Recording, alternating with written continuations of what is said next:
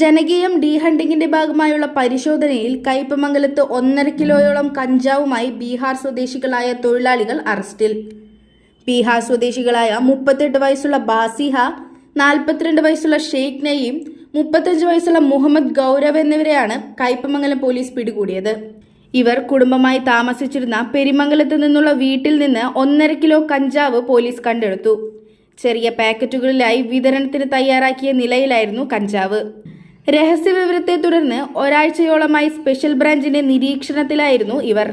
Thrissur rural ജില്ലാ police മേധാവി B Krishnakumar IPSന്റെ നിർദ്ദേശപ്രകാരം നിരോധിത ലഹരി വസ്തുക്കൾ, അനധികൃത മദ്യം എന്നിവയുടെ നിർമ്മാണം, സംഭരണം, വിപണനം എന്നിവ തടയുന്നതിനായി തൃശൂർ റൂറൽ ജില്ലയിൽ കേരള പോലീസിന്റെ കടലോര ജാഗ്രതാ സമിതി, സ്റ്റുഡന്റ് പോലീസ് കേഡറ്റ് പദ്ധതി, school protection group, college protection group അംഗങ്ങൾ, ജനമൈത്രി പോലീസ്, റെസിഡൻസ് അസോസിയേഷനുകൾ, അയൽക്കൂട്ടങ്ങൾ, കുടുംബശ്രീ പ്രവർത്തകർ, SC/ST മോണിറ്ററിംഗ് കമ്മിറ്റി അംഗങ്ങൾ എന്നിവരുടെ സഹായത്തോടെ നടന്നുവരുന്ന ജനകീയം ഡീ ഹണ്ടിങ്ങിന്റെ ഭാഗമായുള്ള പരിശോധനകൾ നടത്തിവരവെയാണ് ഇവരെ പിടികൂടിയത്.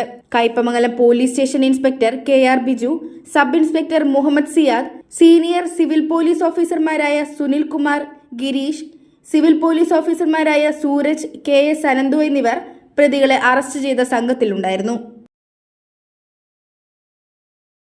അടുത്ത് പെരുമംഗലം എന്ന സ്ഥലത്ത് അന്യസംസ്ഥാന തൊഴിലാളി താമസിക്കുന്ന ഭാഗത്തെത്തിയ സമയത്ത് അവിടെ വീടിനുള്ളിൽ ബഹളം പെട്ട് അതിനകത്ത് കയറി പരിശോധിച്ച സമയത്ത് വീട്ടിനുള്ളിലുണ്ടായിരുന്ന ഒരാൾ പോക്കറ്റിൽ നിന്ന് എടുത്ത് കട്ടിനടിയിലേക്ക് വയ്ക്കുന്നതായിട്ട് കണ്ടു. അങ്ങനെ പരിശോധിച്ച് വന്നപ്പോഴാണ് കഞ്ചാവ് അടങ്ങിയ പാക്കറ്റുകൾ കണ്ടെത്താൻ സാധിച്ചത്.